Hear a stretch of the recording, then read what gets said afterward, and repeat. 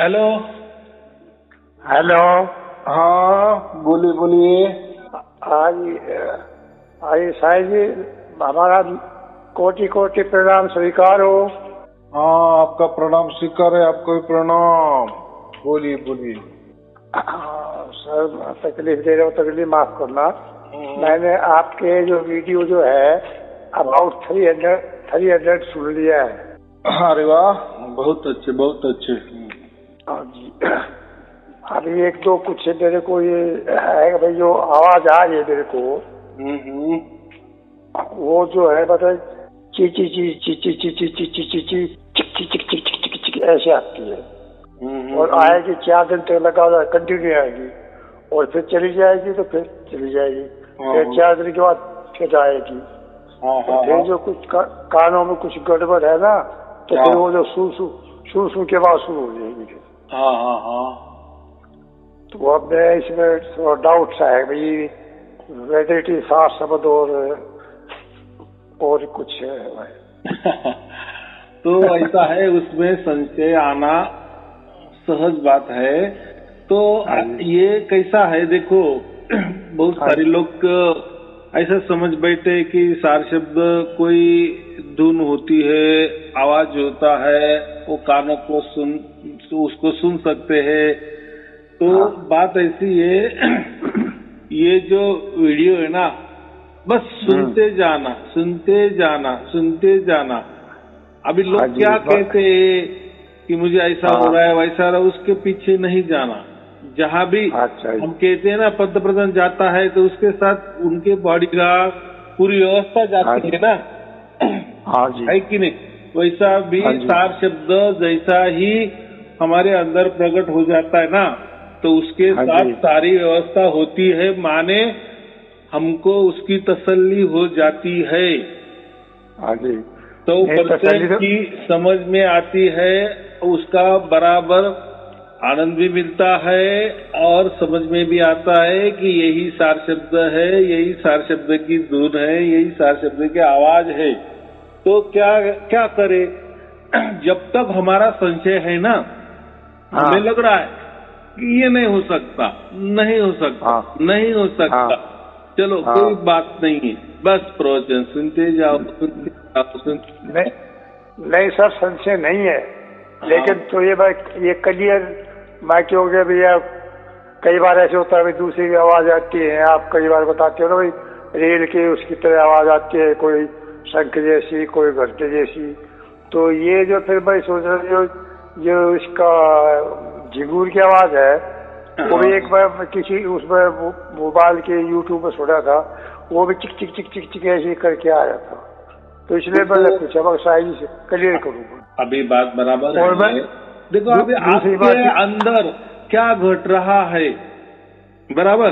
वो अच्छा घट रहा है या बुरा घट रहा है, तो आप उसका वर्णन कर रहे हो जैसा आपको लग रहा है।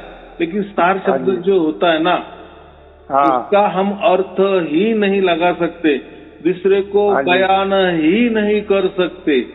ये तो हमारा ऐसा समझो कि परमात्मा ने, हम परमात्मा की थोड़ी सी वाहवाही करते हैं या हमारा बड़प्पन है, लेकिन जो सार शब्द होता है ना, वो हम बयान नहीं कर सकते। अगर वो बयान कर सके सार शब्द का, तो वो सार शब्द तो हमारे हाथों में आ गया, बराबर? यानी परमात्मा को हम बयान कर रहे हैं, यानी परमात्मा किसी को समझा दे रहे हैं, या परमात्मा ये ऐसा ही होता है वैसा ही होता है, तो ये तर्कों में आ गया परमात्मा। परमात्मा संशय में आ गया। जहाँ भी परमात्मा प्रकट होता है हमारे अंदर, तो जब होता है ना, तब हमारे कोई भी संशय नहीं होते, और पक्का 100% 101 तक के विश्वास बैठ जाता है कि उसके ऊपर कि हाँ यही सार शब्द है। जब तक ये स्थिति नहीं आती, तब तक वीडियो सुनना हमारी बुद्धि, हमारा तर्क, हमारे विचार या हमारी कल्पना, ये इसके पीछे नहीं जाना, कुछ भी नहीं जाना। जब तक नहीं हमारा विश्वास हो रहा है ना, थोड़ा भी संशय है मन में, तब भी नहीं, तब तक चालू रखो। क्या चालू रखना है? बस वीडियो सुनते जाओ। ये वीडियो क्या करते हैं?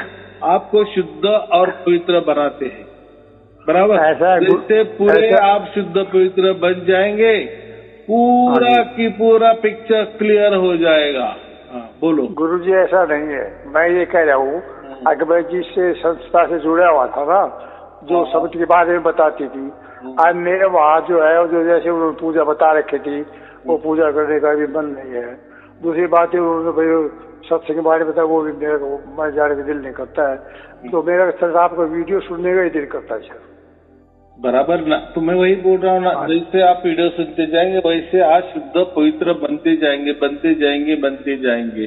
और जब भी शास्त्र प्रकट हो जाएगा ना, तो आपका दिल, आपका आत्मा वही गवाही देगा कि यही मेरा बाप है, यही परमात्मा है, यही सार होता है। कि जो कबीर साहब ने कहा है, कबीर बीजक में कहा है, उसका जो वर्णन कबीर साहब ने किया है, वैसा कि वैसा आपका अनुभव हो जाएगा। अभी कैसा है, आजकल बहुत सारे गुरुआ लोग हो गए हैं और वो परमात्मा का वर्णन भी कर रहे हैं। कोई बोलता है परमात्मा धुन होती है, परमात्मा कोई आवाज होती है, परमात्मा कोई मंत्र होता है, कोई बोलता है परमात्मा कोई ध्यान होता है, कोई बोलता है परमात्मा शून्य होता है, कोई बोलता है परमात्मा नहीं ही होता है, कोई बोलता है आत्मा ही होता है, तो कोई बोलता आत्मा भी नहीं होती है, कोई बोलता बस मन ही मन है, तो कोई बोलते मन भी मन नहीं है। तो देखो लाखों प्रकार के लोग, लाखों प्रकार के विचार, लाखों प्रकार की कल्पनाएं, तो हम किस किस के पीछे जाएंगे? और वो एक नहीं ना, हजारों लाखों लोग है ना। तो इसीलिए ये जो कबीर साहब ने कबीर बीजक में लिखा है, वो जो भी होता है ना, वो सहज में होता है। और जो भी सहज में होता है ना, तो हमारी आत्मा भी गवाही देने लगती है। और गवाही ऐसी होती है कि जीरो, पूरा प्रकार का जीरो संशय, और हमारा विश्वास बैठ जाता है। तो परमात्मा एक विश्वास ही है ना, लेकिन हमारा विश्वास पूरा पक्का आत्मा को हो जाता है, और वो परमात्मा खुद उसकी तरफ से हमको विश्वास दिलाता है। तो हमारे आत्मा ने भी कोई विश्वास कर लिए, जैसे आप बोले कि ऐसा होता है कि वैसा होता है, कि ऐसा नहीं होना चाहिए, वैसा नहीं होना चाहिए, ये वैसा ही होना चाहिए, कि वो तो उसके बारे में ऐसा कह रहा था, वगैरह वगैरह वगैरह। अभी ऐसा समझो, हमारे मन के पीछे जाना ही नहीं, दूसरों को किसी के पीछे जाना ही नहीं है, बराबर। हम ऐसा है, हमें 10वीं उत्तीर्ण होनी है ना, 10वीं कक्षा हमें अच्छी तरह से पास होना है ना। अभी एक ही अभ्यास करना है। क्या करना है? बस दिन रात अपना अभ्यास करना, बराबर। फिर देखो, फिर वहाँ जब आप 3 घंटे जाएंगे पेपर लिखने, तो वहाँ तो कोई, जितना भी आपने अभ्यास किया, तो वहाँ तो कोई किताबें काम आने वाली नहीं है, बराबर। हाँ जी, कुछ काम नहीं आने वाला है वहाँ। आपको कुछ भी लेने जाने की सम्मति भी नहीं होती, पूरे आप बैठ जाते हो, बराबर। और देखो फिर दिमाग कैसा चलता है। तो वो जो दिमाग चलता है ना, तो वो 1 बरस का पूरा निचोड़ रहता है ना, जो हमने 1 बरस जितनी मेहनत की, जितने किताबें पढ़ी, जो भी कैसा भी अभ्यास किया होगा, तो देखो फिर वहाँ तो कोई किताब भी नहीं होती, कुछ भी नहीं होता, कुछ भी नहीं होता, सब जीरो हो जाते हैं, यानी खाली जाना पड़ता है। और देखो फिर कैसा 1 बरस से कितना अभ्यास किया होता है, सब बराबर हमें याद आने लगता है, और हम बढ़िया पेपर लिखते और हमारा 1 नंबर आ सकता है। तो ऐसा ही है। तो हमने इससे कुछ सुना होता है, उससे कुछ सुना होता है, किसी धर्म का सुना होता है, किसी संत का सुना होता है, किसी महापुरुष का सुना होता है, किसी पंथ का सुना होता है, किसी गुरु का सुना होता है। और आजकल कैसा है, जो तो बोलता है कि बस मुझे ही मालूम है, दूसरे को नहीं मालूम, बराबर। लेकिन परमात्मा के बारे में जो भी ऐसा ये करता है ना कि ये सच है, ये झूठ है, तो परमात्मा ये सच और झूठ में नहीं आता, अच्छा या बुरा में नहीं आता, या तर्कों में नहीं आता, बराबर। अगर तर्कों में आ गए तो फिर वो तो हमारे हाथों का हो गया, फिर धर्मों के हाथों में परमात्मा हो गया, पंथों के हाथों में परमात्मा हो गया, नहीं, परमात्मा ये सबसे अलग थलग है और वो उसकी मर्जी का मालिक है। वो जब भी उतरता है ना, पूरी मर्जी वो हमें बहाल कर देता है और पूरी तरह से पिक्चर क्लियर होता है और समझता है और पूरा विश्वास भी बैठ जाता है। बराबर। गुरुवर मैं ये कह रहा था आपसे, आज मेरे को इंटरनल जो हैप्पीनेस काफी है। इंटरनल मैं समझता हूँ भाई मेरे को तो वाक्य में साफ शब्द है, लेकिन भाई आपसे क्लैरिफिकेशन के लिए मैं टेलीफोन किया था। अभी क्लैरिफिकेशन आपसे मिलेगी तो थोड़ा सा और क्लियर हो जाएगा, ये मैं कह रहा था। हाँ, बात ऐसी है ना, मैंने वही कहा कि अब वो धुन के पीछे भी मत पड़ो, कोई परमात्मा के पीछे भी मत पड़ो, बस प्रवचन सुनते जाओ, प्रवचन सुनते जाओ कि परमात्मा आपे आप है, आपके ऊपर कृपा दृष्टि करा, उसके मर्जी से करेगा। बराबर। फिर जो उसकी मर्जी जो भी होता है ना, वही सत्य मान लेना। उसकी मर्जी से जो भी झलकियां होंगी ना, वही सत्य झलकियां होंगी। क्योंकि देखो जो भी हो रहा है ना, उसकी तरफ से हो रहा है ना। बराबर कि नहीं? अगर उसकी तरफ से हो रहा है तो वो आ रहा है तो पूरा वो ज्ञान भी देगा। संशय वाला ज्ञान तो नहीं दे सकता ना। वो तो परमात्मा है, तो वो तो सर्वज्ञानी है ना और संपूर्ण है ना, उसके बाद संपूर्ण ज्ञान है। तो फिर अगर वो संपूर्ण है तो हमें भी उसका संपूर्ण ज्ञान ही हो जाता है। तो फिर वहाँ कोई तर्क संशय नहीं होते, पूरा विश्वास ही विश्वास होता है, विश्वास ही विश्वास होता है। और हम ये बयान नहीं कर सकते, सार शब्द का बयान नहीं कर सकते ना। उसको सार शब्द इसीलिए कहा गया है ना, वो नहीं लिख सकते, ना पढ़ सकते, नहीं उसका अर्थ लगा सकते, नहीं उसकी हम कल्पना कर सकते। बराबर। नहीं कोई हमारे विचारों में उसको ला सकते, नहीं तर्कों में हम उसको बिठा सकते। तो इसलिए तो महान है ना, अलग है ना, अलग थलग है ना। और जो भी होने वाला है वो उसकी तरफ से होता है, उसकी मर्जी से होता है। उसमें हमारा या किसी गुरु का या किसी धर्म का या किसी पंथ का कोई उसमें ये नहीं रहता, पार्टिसिपेट नहीं रहता या कोई भाग नहीं रहता। बराबर। सर इसमें आवाज और लाइट दोनों होती है क्या? हाँ, आवाज और लाइट भी होती है क्या? तो ऐसा है, आपको बहुत सारे प्रवचन सुनने हैं। वहाँ देखो परमात्मा जो होता है ना, वो रंग रूप से ठिकाना से न्यारा होता है। तो प्रकाश क्या आ गया? एक रूप ही आ गया ना। जहाँ भी प्रकाश होता है तभी हम एक दूसरे को देख सकते हैं ना। अगर प्रकाश ही नहीं है तो अंधेरा ही अंधेरा है, तो हम देख सकते हैं क्या? एक दूसरे को नहीं देख सकते। तो प्रकाश ये प्रकृति वाला होता है। तो परमात्मा का यहाँ प्रकृति का कोई बात नहीं होती, माने परमात्मा को प्रकाश नहीं है। बराबर। और परमात्मा कोई दिखने वाली वस्तु नहीं है, आंखों से तो दिखने वाली नहीं है या मन के आंखों से भी दिखने वाली नहीं है। परमात्मा ये अनुभव करने वाली बात है। बराबर। उसका एहसास कर सकते हैं हम, उसका स्पर्श कर सकते हैं, लेकिन ये हाथों वाला स्पर्श नहीं, शरीर वाला स्पर्श नहीं। वो जो स्पंदन है ना, वो जो स्फुरन है ना, वो हमें समझ में आता है।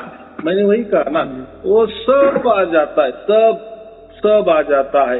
इसीलिए इसके लिए आप ज्यादा से ज्यादा प्रवचन सुनो। लेकिन अभी आपको मैंने आपके सवाल का जवाब दिया कि परमात्मा का कोई रंग रूप नाम ठिकाना नहीं हम बता सकते या नहीं होता है। बराबर। जो भी बोलेगा कि परमात्मा का नाम ऐसा ऐसा है, यानी मंत्र तंत्र है, परमात्मा मंत्र तंत्र वाला है, या उसका कोई नाम है, उसका ऐसा ऐसा कोई रूप है, उसका रंग ऐसा है, उसका गंध ऐसा है, उसका स्पर्श ऐसा है, वो दिखने में ऐसा है, वो प्रकाश है, वगैरह वगैरह। ये सब भी प्रकृति वाली बातें। बराबर। क्योंकि हम प्रकृति में रहते हैं ना, तो हम क्या करते हैं, प्रकृति जैसा ही विचार करते हैं या प्रकृति जैसी कल्पना करते हैं या शरीर जैसी कल्पना करते हैं, मन जैसी कल्पना करते हैं। लेकिन परमात्मा इसमें कतई नहीं होता, नहीं होता, नहीं होता। बराबर। तो सर मैंने किताब में पढ़ा था आगे भाई, ये पता नहीं कबीर साहब का था, रविदास जी का था, उसमें लिखा है दिख से एक आवाज चिराग की ज्योति माही। तो कैसा है ये जो ज्योति कहा गया है ना? हाँ जी। ज्योति का मतलब क्या होता है? जब निक से एक आवाज। हाँ ठीक है। निक से एक आवाज चिराग की ज्योति माही।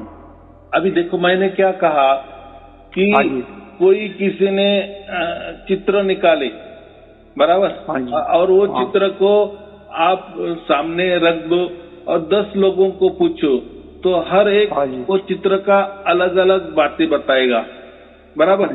लेकिन असली बात जो होती है ना, जो चित्रकार होता है ना, उसको ही मालूम होता है कि मैंने क्या बनाया है। बाकी लोग तो देखकर अंदाजा लगाते हैं ना, कल्पना करते हैं ना, विचार करते हैं ना। तो ये जो अंदाजा है, ये विचार है, ये कल्पना, ये झूठ भी हो सकती है, बराबर कि नहीं? तो लेकिन जो तैयार करने वाला है उसको सब उसमें खुबियां मालूम होती है कि ये चित्रों में क्या है क्या नहीं है। इसलिए कबीर साहब ने भी ये जो ब्रह्म है ना उसको धोखा कहा है। धोखा माने ये जो हम कहते हैं ना कि परमात्मा ऐसा होगा, वैसा होगा, उसका नाम ऐसा होगा, उसका रूप ऐसा होगा, उसका रंग ऐसा होगा, उसका ठिकाना ऐसा होगा, वो दिखने में ऐसा होगा, पहचानने में ऐसा होगा, वैसा होगा। तो ये सब धोखाधड़ी है, बराबर। तो इसमें परमात्मा नहीं होता। तो मैं क्या कह रहा हूँ, जब परमात्मा ही हमारे अंदर उतरता है ना तो उसकी पहचान वो खुद देता है। वो हमसे पहचान नहीं हो सकती। आत्मा से परमात्मा की पहचान नहीं कर सकता। या आत्मा इतना बलशाली नहीं है, इतना ताकतवर नहीं है, इतना विचारवंत नहीं है, इतना विवेकी नहीं है। वो एक नन्हा सा बालक है ऐसा समझो। इतना विशाल परमात्मा को वो अपने कल्पना या बुद्धि से या विवेक से नहीं जान सकता। तो फिर कैसे समझ में आएगा कि ये परमात्मा है? तो परमात्मा ही खुद हमें उसकी जानकारी देता है, बराबर, मालूमात देता है, उसका अनुभव देता है, उसकी अनुभूति देता है। तो वो जो होता है वो घटना अलग ही होती है, बराबर। तो ये जो सब बातें ना कबीर बीजक में जो मेरे पास जो है मैं लोगों को देता हूँ, आपको मिला होगा कि नहीं मुझे नहीं मालूम। मैं पढ़ रहा हूँ मैंने दिया, मैंने भेजा वाला वही। हाँ, मैं आपने भेजा वही पढ़ रहा हूँ। हाँ, तो उसमें जैसे कबीर साहब ने कहा है वैसा ही हमारे साथ घटता है। उसमें भी कहा है ना कि ये ब्रह्म सब धोखा है। माने हमारे विचारों से हम जो ईश्वर की, भगवान की, परमात्मा की कल्पना करते हैं, विचार करते हैं या अनुभव के साथ कहते हैं, विश्वास के साथ कहते हैं, हमारे विश्वास के साथ, तो वो सब झूठा है। वो वैसा कुछ भी नहीं है। देखो जितने वेद भी हो गए ना, वेद पुराने हम कहते ना, तो वेदों ने भी क्या कहा है? परमात्मा की नीति नीति कहा है। माने नीति नीति क्यों कहा है? क्योंकि हम प्रकृति में रह रहे हैं, बराबर। प्रकृति में रह रहे हैं तो हमारे जो विचार है ना सब प्रकृति वाले हैं। हमारी जो कल्पना भी है ना वो सब प्रकृति वाली है। हमारा ये जो मन है ना ये भी प्रकृति वाला है। ये शरीर है ना ये भी प्रकृति वाला है। ये जो वातावरण है ना ये भी प्रकृति का है। जो भी अनुभव घटते है ना वो भी सब प्रकृति का है। सब संसार है माने सब प्रकृति है, सब माया है। तो इसके आधार से हम परमात्मा का कुछ भी वर्णन नहीं कर सकते या कोई अनुभव नहीं कर सकते, बराबर। क्योंकि हम ये जो नदी के 2 तीर रहते ना, हम एक तीर के यहाँ वो खड़े हैं और परमात्मा उस तीर पर है, बीच में नदी है। तो ऐसा है कि परमात्मा और हम, हमारे दोनों के बीच में माया का पर्दा है, बराबर। तो जैसे हम हमारे से परमात्मा की ओर देखेंगे ना तो माया के ही चश्मे से देखेंगे, माया के ही कांटों से देखेंगे या माया के ही रंग से देखेंगे, माया के ही रूप से देखेंगे, माया के ही विचारों से देखेंगे, माया के ही कल्पना से देखेंगे या माया के ही अनुभव से देखेंगे। तो ये माया जो भी हमें दिखाती है क्योंकि उसका पर्दा है ना, हाँ जी, तो वो पर्दे के पीछे जो परमात्मा है तो वो हमें नहीं समझ सकता। लेकिन परमात्मा वहाँ उस तरफ है, वो हमें उसकी पहचान दे सकता है। इसलिए कृष्ण ने अर्जुन को क्या कहा, जब मैं किसी के अंदर प्रकट होता हूँ तो ये मैं माया को अधीन कर लेता हूँ, बराबर, माया को अधीन कर लेता हूँ, मेरे वश में कर लेता हूँ, फिर मैं मेरा जो भी जलवा है वो दिखाता हूँ। इसका मतलब साफ है कि जो भी करने वाला वो परमात्मा है, हम नहीं कर सकते, हम माया को हमारे मुट्ठी में नहीं ले सकते, उतनी हमारे औकात भी नहीं है, उतनी ताकत भी नहीं है, बराबर। तो हम कभी भी, क्योंकि हम माया में ही रह रहे, अभी देखो फिलहाल में तो ऐसा है, ये संसार चल रहा है, तो ये माया को भी हमारा माँ बाप सब कुछ समझ रहे, ये माया को हम परमात्मा समझ रहे, माया को ईश्वर समझ रहे, माया को भगवान समझ रहे हैं और माया को सब कुछ समझ रहे हैं, बराबर।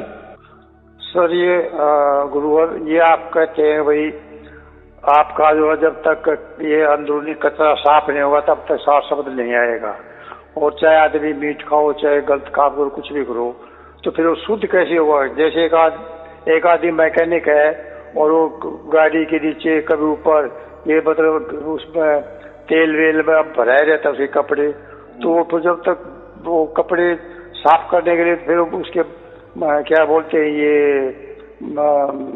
धोबी के पास जाएगा ना, धोबी उसको चढ़ाएगा भट्टी में, फिर साफ करेगा, फिर दूसरी बार चढ़ाएगा, फिर साफ करेगा, तभी तो मैल उतरेगा। तो ऐसे हमारा जो जन्म जन्मांतरों का मैल कैसे उतरेगा? फिर बात बराबर है, लेकिन मैं क्या कह रहा हूँ, जो खाना पीना रहना बोलना चलना विचार करना, ये जो रहन सहन खान पान, ये जो भी सब बातें है ना, नियम वगैरह, ये सब प्राकृतिक है, उससे परमात्मा का कोई लेना देना नहीं है। कोई भी परमात्मा ऐसा नहीं कहता ये खाने पीने वाला है मैं इसको प्राप्त नहीं होऊंगा, या ये खाने पीने वाला नहीं है या है, यानी इसके ऊपर वो तय नहीं करता। ये परमात्मा ये भी तय करता है कि ये अच्छा है या बुरा है। देखो, ये प्रकृति में अच्छा बुरा होता है, ये प्रकृति में शुभ अशुभ होता है, ये प्रकृति में ही ये सब मामले है, ये ऐसा ये वैसा।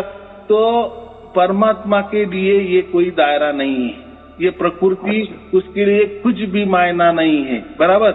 हमारे लिए है क्योंकि हम प्रकृति में रहते हैं, ये इसलिए अच्छा बुरा शुभ अशुभ ये जो बातें है ना, ये हमारे लिए, परमात्मा के लिए ये कोई मामला नहीं है।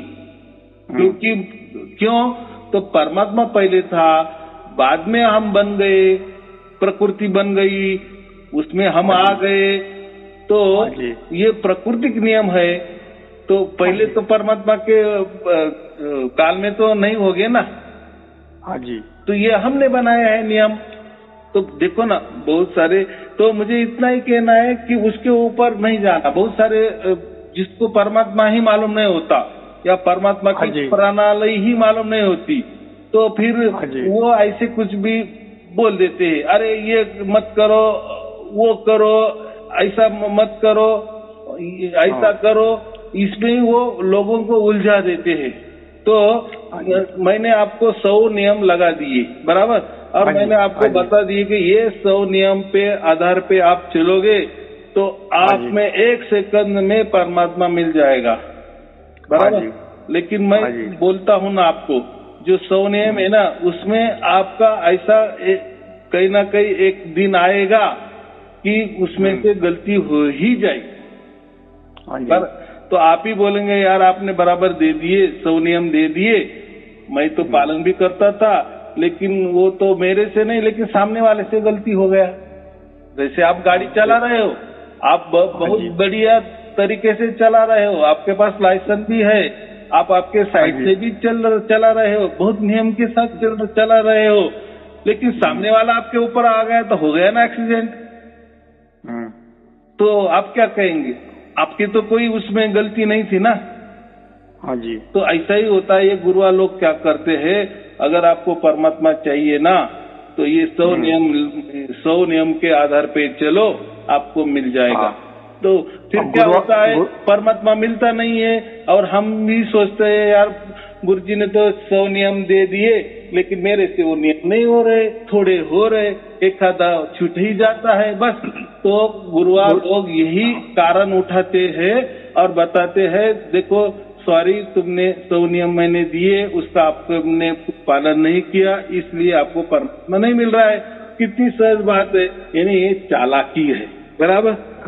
परमात्मा अपने बच्चों के ऊपर कोई नियम नहीं लगाता, उसके लिए सतगुरु जी बात ऐसी है, अगर ये जो गुरुआ लोग है ना, ये तो कहते जो अपने नाम दान दिया ना आपको, ये नाम दान जब आपको देते ही साथ जो आपके संचित कर्म है ना जन्मों के, वो एकदम खत्म हो जाते हैं। बाकी आप प्रारब्ध को और प्रेजेंट को जो है आप अपने प्रारब्ध तो आपको भुगतना ही पड़ेगा, लेकिन वो हल्के हो जाएंगे।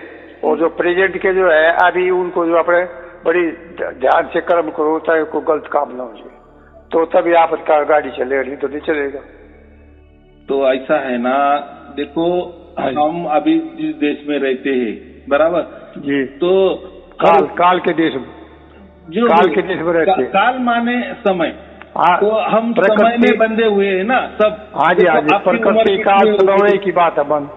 आपकी उम्र 50 साल होगी या 100 साल होगी, कुछ तो भी समय, यानी हम प्रकृति में रहते हैं ना, संसार में रहते हैं ना, तो हर वस्तु का एक समय सीमा तय है, समय सीमा तय है, हद तय है, इसलिए उसको हम काल के, तो हम काल में बंधे हुए हैं। तो ये गुरुआ लोग वो काल को ऐसा कोई राक्षस विक्षस बना देता है, बहुत बड़ा यम बना देते हैं कि वो जाने दो वो कैसा है। और देखो उनका भी पापी पेट का सवाल है ना, उनका भी धंधा है, कुछ मालूम नहीं है, पीछे से आया, चल के आया, गुरुआ लोग से चल के आया, पीढ़ी दर पीढ़ी चल के आया, गद्दी पे गद्दी चल के आया, वैसे बताते ना परमात्मा मालूम था ना, उनके ऊपर वाले जो गुरु हो गए उनको भी मालूम नहीं था। देखो उनके पुस्तकें पढ़ो ना, जो भी उनके पहले में कुछ तो भी लिखा होगा, कोई प्रवचने की, वो सुनो ना, तो हमें हंसी आ जाती है। क्या बोलते थे, चलो, लेकिन उनकी वो भावना है, वो मानते हैं, वो उनका आदर करते हैं, उससे हमें नहीं जाना है। मुझे इतना ही कहना है कि परमात्मा के लिए कोई नियम बाधिल नहीं है, बराबर। इसीलिए कबीर जी ने परमात्मा के लिए क्या बताया, परमात्मा जो होता है वो बंदी छोड़ होता है, बंधन से हमें मुक्त होना है। तो ये 100 बंधन लेके आप परमात्मा को कैसे प्राप्त होंगे, अगर परमात्मा खुद बंधनों से मुक्त है ना, और हमें भी बंधनों से मुक्त होना है ना। ये 84 लाख योनि का जो बंधन है, तो देखो हम भी अभी चलो मनुष्य है, तो कितने बंधन होते, बचपन से लेकर जैसा हमारा जन्म होता है तब मरते दम तक कितने बंधन रहते हैं हमारे। आध्यात्मिक बंधन छोड़ दो, गुरु के बंधन छोड़ दो, समाज के बंधने होते हैं, धर्म के बंधने होते हैं, हमारे खुद के मन के भी बंधने होते हैं, बराबर की बंधने माने नियम। हमारा बेटा भी हमारे ऊपर कोई नियम बता देता है, या बाप भी बेटे को कोई नियम में रखना चाहता है, तो हर इसमें नियम चलते हैं। तो ये नियम तो यही संसार होता है, यही तो माया होती है, तो इसमें कहाँ आया परमात्मा। और ये नियम पकड़े या छोड़ दिए तो उससे परमात्मा नाराज होता है या परमात्मा खुश होता है। नियम में बैठे, नियम से चले तो परमात्मा मिलता है, तो ऐसा कुछ नहीं है। देखो मैंने वही कहा कि हमारे गांव है ना, तो एक गांव में छोटा भी गांव है तो उसमें कितनी बोली भाषा बोली जाती है, कितना अलग अलग प्रकार का रहन सहन है, अलग अलग प्रकार का खान पान है कि नहीं? हाँ जी। तो हम ऐसे ही दूसरे प्रांत में जाएंगे तो सब अलग, प्रांत क्या देश में जाएंगे तो अलग, हर देश का सब अलग अलग नियम है। ऐसे लाखों करोड़ों प्रकार के नियम है, खान पान है, रहन सहन है, विचार है, मर्यादा है।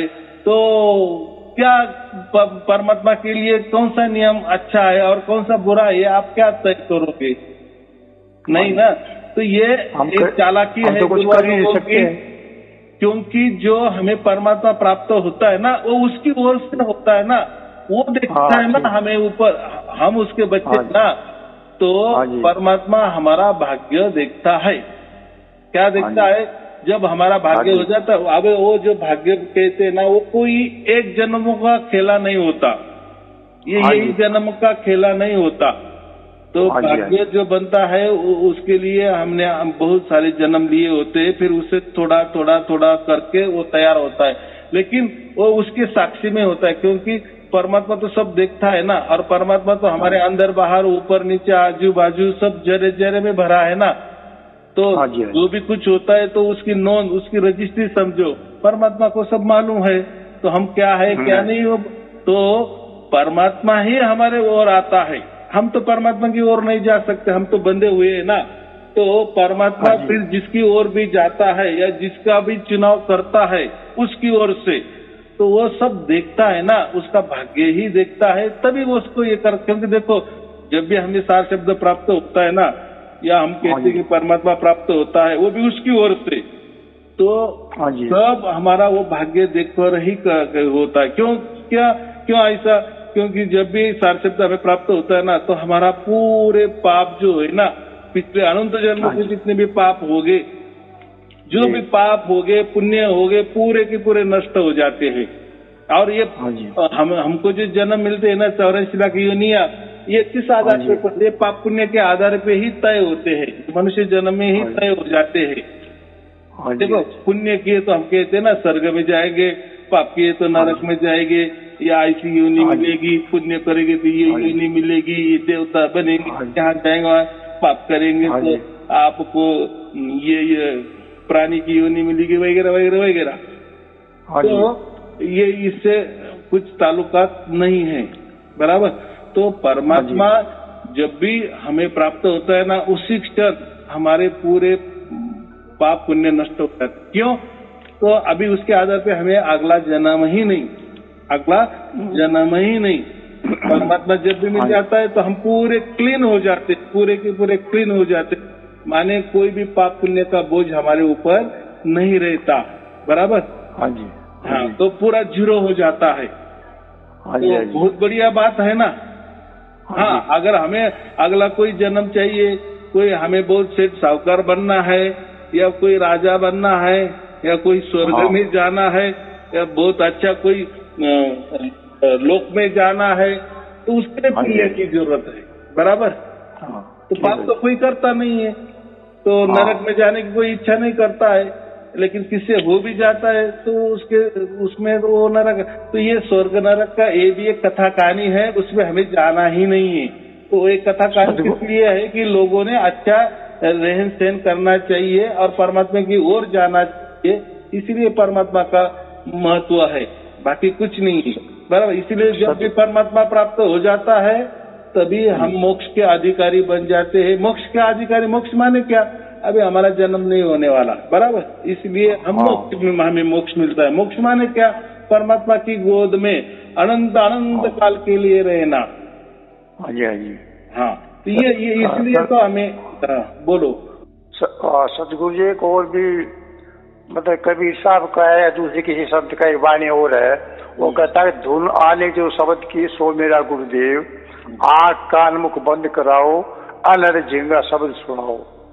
तो फिर आप तो कहते कि आंख कान बंद करो उतरिए, तो ये गया आंख कान बंद करो नहीं। तो ऐसा है, देखो बहुत सारे संत हो गए हैं, बहुत सारे संतों की वानियां भी है, बहुत सारे धर्म है, उनके धर्म ग्रंथ भी है, बहुत सारे पंथ है, बहुत सारे विचार है, कल्पना है।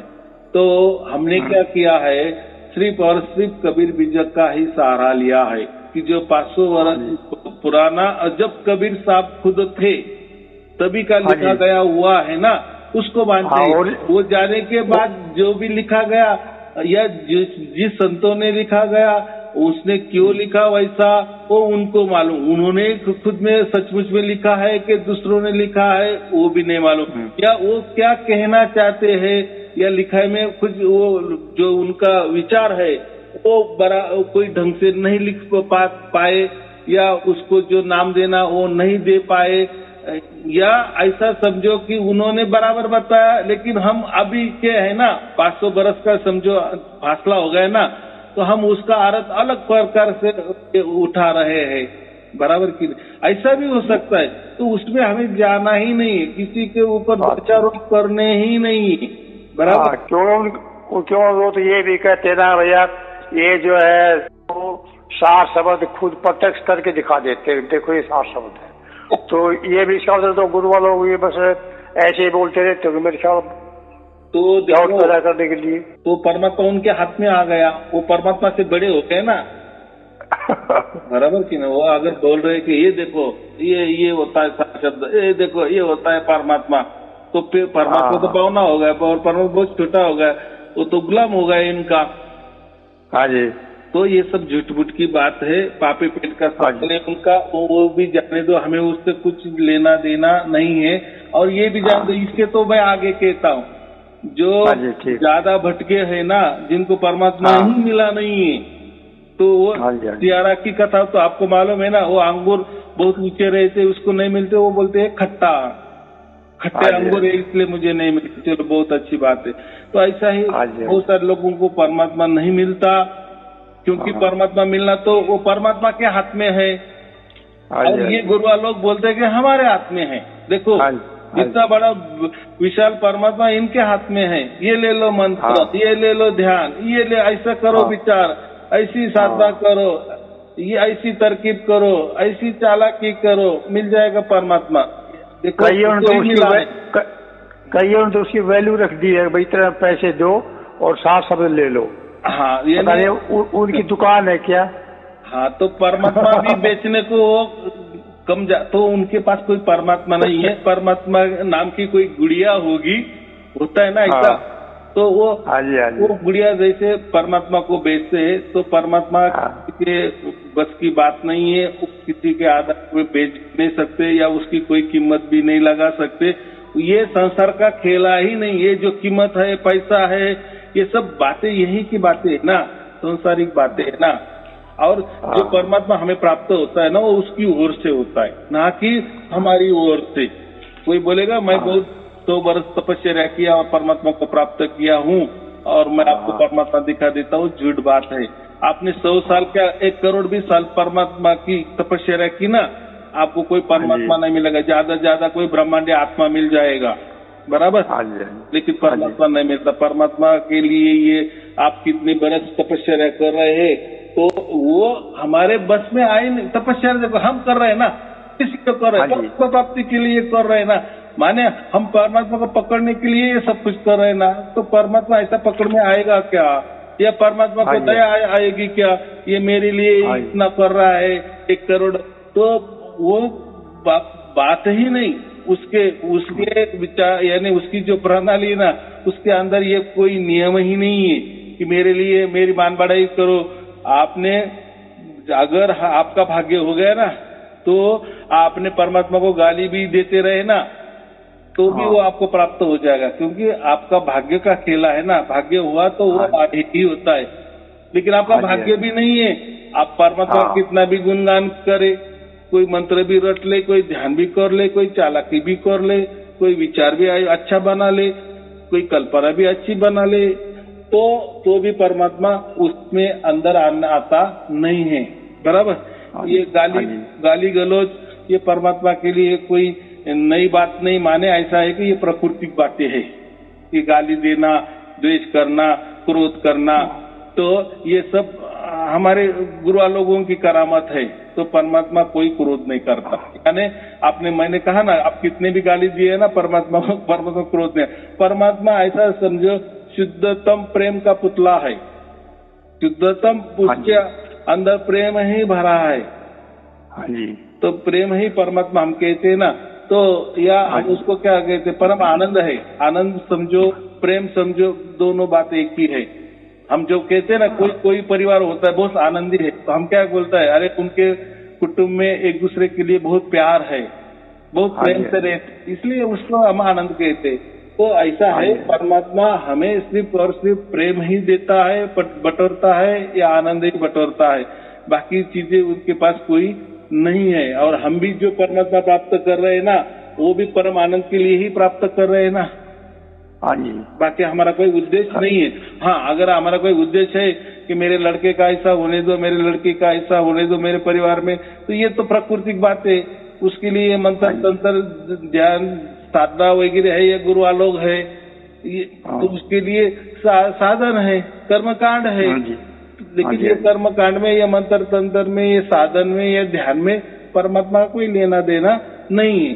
तो इससे कोई अलग ही प्राप्त हो जाएगा, लेकिन परमात्मा ने प्राप्त हो जाएगा, ये मुझे कहना है।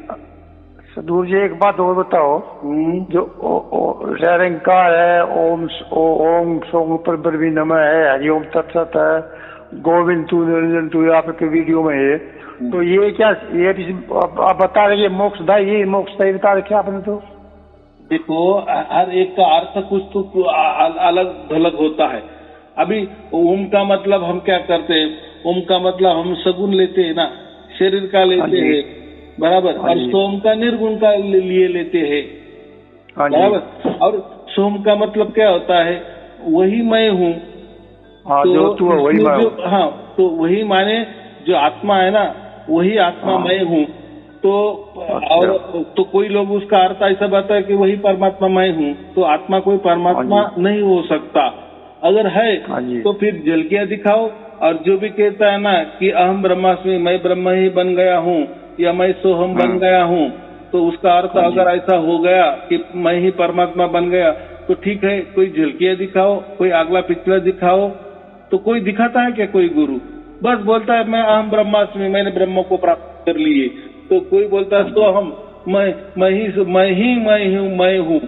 ही सब कुछ हूँ। सोम का मतलब तो ये होता है ना। हाँ जी। तो ओम को हम शरीर कहते हैं और सोम को जीव कहते हैं। तो कोई जीव परमात्मा नहीं बनता, शरीर तो परमात्मा तो नहीं है, वो तो नाशवानी है। तो बात ऐसी है, अलग अलग वाक्य है। देखो पूरे अपने वेद के जो 5 वाक्य है ना, महावाक्य उसको कहते, तो उसमें वही बता गया है कि आत्मा ही परमात्मा होता है। आत्मा को ही सब कुछ कहा है। लेकिन कबीर बीजक में एक ही कबीर साहब हो गए, गुरु नानक देव जी हो गए, इन्होंने कभी भी आत्मा को परमात्मा नहीं कहा है। परमात्मा अलग है, परमात्मा के हुक्म से सब कुछ चलता है, हम भी उसके हुक्म के गुलाम हैं। तो हम गुलाम कैसे परमात्मा बन सकते हैं? एक बाप होता है, बच्चा होता है, बराबर। हाँ जी।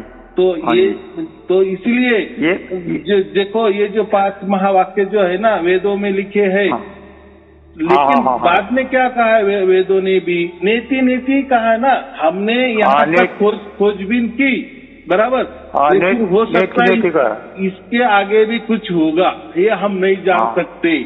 ये मैंने उन्होंने भी वो विज्ञान ही बता दिया है ना। विज्ञान का कैसा रहता है, ये आज मोबाइल निकल गया ना, तो हो सकता है अगले बरस 1 बरस में अलग मोबाइल निकलता है, अपडेशन होता है। तो पूरे जो वेद है ना, उन्होंने तो सब कुछ बता दिए है, लेकिन लास्ट में ये कहा है कि हमने जो भी बताया है, हो सकता है इसके आगे भी कुछ सकता है, हो सकता है यानी होगा, ये मालूम नहीं है। नीति हम नहीं बोल सकते। तो मतलब ही साफ है ना। तो यही तो कबीर साहब ने बता दिए कि हाँ आगे है वो परमात्मा है। तो आत्मा परमात्मा नहीं बन सकता। माने ऐसा समझो कि वेदों की जो भाव है, वेदों का जो लक्ष्य है, वहाँ आत्मा तो कहीं सीमित है, बराबर। वेद आत्मा के ही बात करेंगे, हाँ जी, बराबर। तो आत्मा का ही बोलबाल वेदों में है, हाँ जी। लेकिन परमात्मा का कोई उसमें नहीं है। इसीलिए वेदों ने भी नीति कहा है। हो सकता है अलग कुछ भी हो सकता है, लेकिन हमें मालूम है नीति। तो फिर यही कहना है कि कबीर बीजक में बहुत सारा उसमें लिखा दिया गया है कि कबीर साहब ने तो यही बताया कि ये ब्रह्मपुरी की पूरी धोखा है। धोखा माने क्या? नष्ट होने वाला है। जो जिसकी निर्मित होती है वो नष्ट होता ही है ना। कितनी सहज बात है। बच्चे का जन्म होता तो बच्चा कभी न कभी बुढ़ा होगा ही, मरेगा ही ना।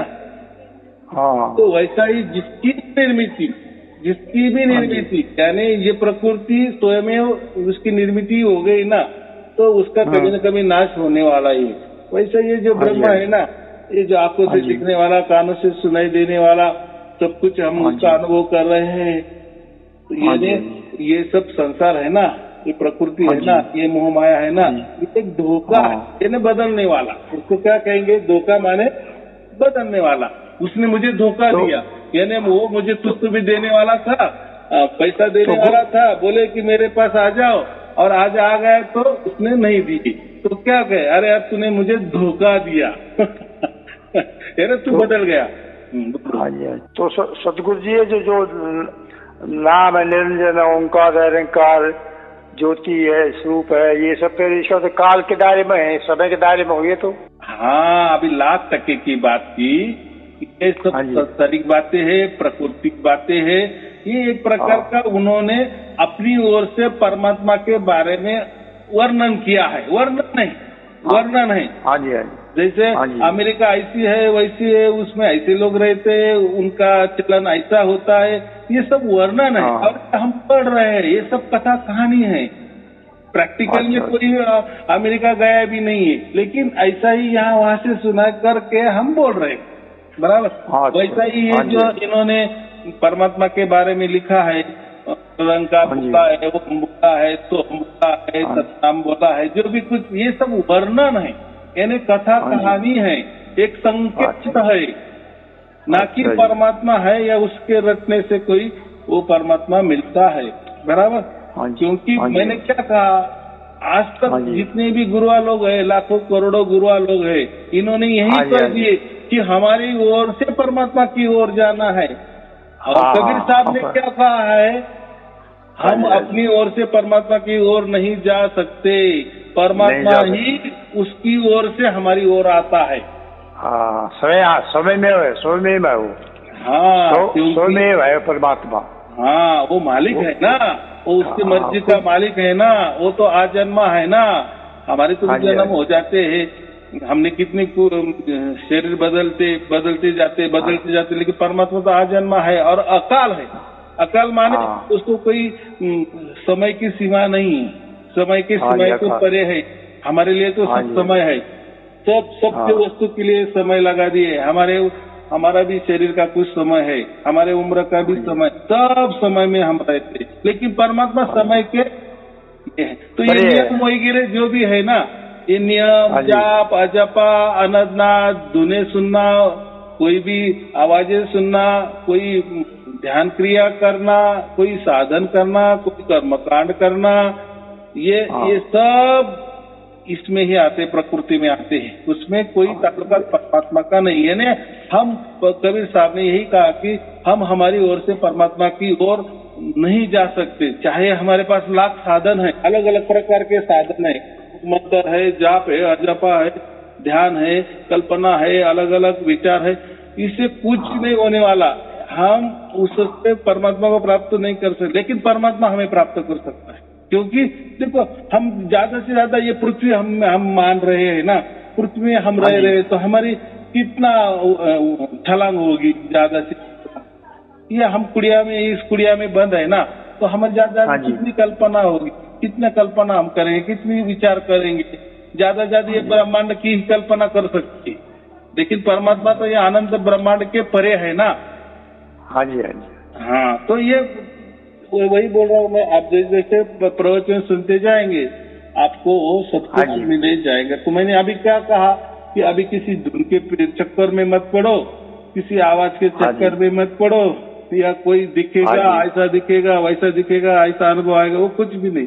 बस प्रवचन सुनते जाओ, घटना अच्छी घटेगी और आपका विश्वास भी उस टाइम 100% तक के बैठ जाएगा। जब तक आपके मन में संशय न, तब तक वो कोई सार शब्द नहीं है।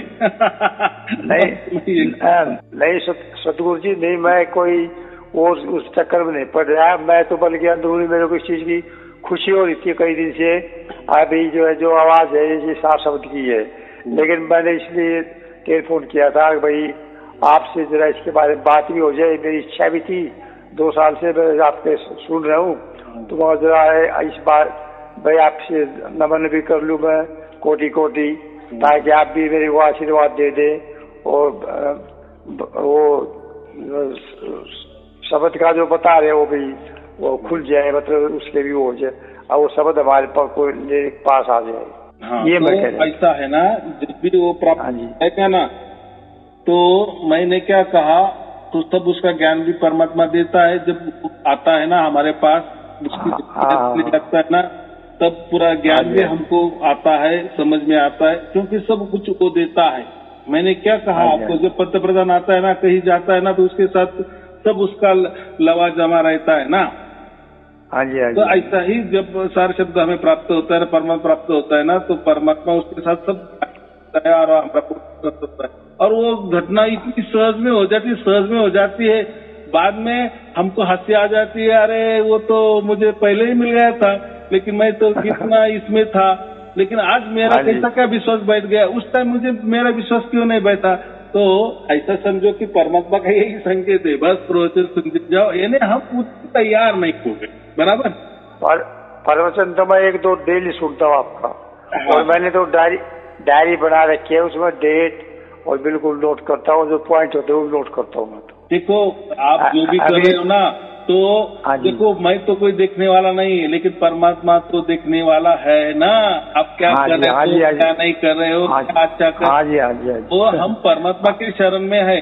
और परमात्मा के जो भी शरण में होता है ना, उसको समझो साथ भी नहीं मिला तो मिलने वाला ही। देखो जहाँ ये प्रवचन आ गए ना, तो ऐसा समझो हमारा भाग्य खुल गया, इसलिए तो यहाँ तक परमात्मा ने हमें लाके रखा है, यानी हमारा भाग्य होने वाला है। तो यहाँ तक आ गए, माने परमात्मा हमें मिलने वाला ही है। तो हम ऐसा समझो कि लोग क्या कहते हैं, समझो हम प्रवचन सुन रहे और हमारा अचानक कुछ भी हो गया और वो सार शब्द नहीं प्राप्त होता, तो मैं यही बोलता हूँ, कोई चिंता की बात नहीं है। देखो हम जो भी होता है ना, मैंने आपको एक उदाहरण दिया ना, बच्चा 1 बरस तक बहुत मेहनत करता है ना। हाँ जी। तो जब वो परीक्षा को लिए जाता है, तो वहाँ तो कोई किताबें भी नहीं होती, कुछ भी नहीं होता, बस अपना दिमाग बराबर चलता है और पूरा 1 बरस का निचोड़ वहाँ लिख देता है और अच्छी तरह से प्राप्त। ये कैसा, वैसा ही ये प्रवचन सुन रहे हैं, माने 24 घंटा आपका वही विचार हो रहा है ना, परमात्मा के बारे में हो रहा है ना। तो परमात्मा ये सब कुछ जान रहा है ना, और उसके बीच में आपका कुछ भी होगा तो भी परमात्मा आपको मुक्त देने वाला ही है। तभी तो मैंने टेलीफोन किया है। मेरा विचार ये बढ़ रहा है रोज का। अभी मैं सुन रहा हूँ, फिर उस पर विचार भी करता हूँ, फिर सुनता हूँ, अगले दिन फिर विचार करता हूँ। तो तभी तो मैं बता रहा हूँ, अब अंदरूनी मेरे को बहुत किसी में खुशी सी हो रही थी। हाँ, तो मैं वही बोल रहा हूँ, अगर बच्चा पढ़ाई कर रहा है और उसने सच्चे ले लिए कि मैं परीक्षा में जाऊँ और तब मुझे नहीं याद आया, तो ऐसा होता है क्या? नहीं होता। आपने अभ्यास किए ना, तो बराबर वो याद आने वाला ही है, बराबर आता ही है। ऐसे लाखों लोग, करोड़ों बच्चे परीक्षा देते हैं, बराबर पास भी होते हैं। तो विश्वास रखो, मेरा क्या कहना है, बस विश्वास रखो। आप प्रवचन जाओ, आपका विश्वास तो 101% है मेरे को तो। हाँ, क्योंकि प्रवचन सुनते माने आपका जो विचार है ना, उसमें ही है ना। तो जो भी विचार होता है, तो आपके हाड़ मांस क्या बोलते हैं, आपका हर जरे जरे में परमात्मा घुस रहा है। परमात्मा आपके हर जरे जरे में आपको क्लीन कर रहा है। और ऐसी कुछ बारी आ गई, कोई घटना घट गई, तो परमात्मा आपको उसको तो पहले समझेगा ना, क्योंकि वो तो जरे जरे में है ना, तो आपके अंदर बाहर है ना, तो उसको तो मालूम है ना ये क्या कर रहे थे, क्या नहीं। तो यही मैं बोल रहा हूँ।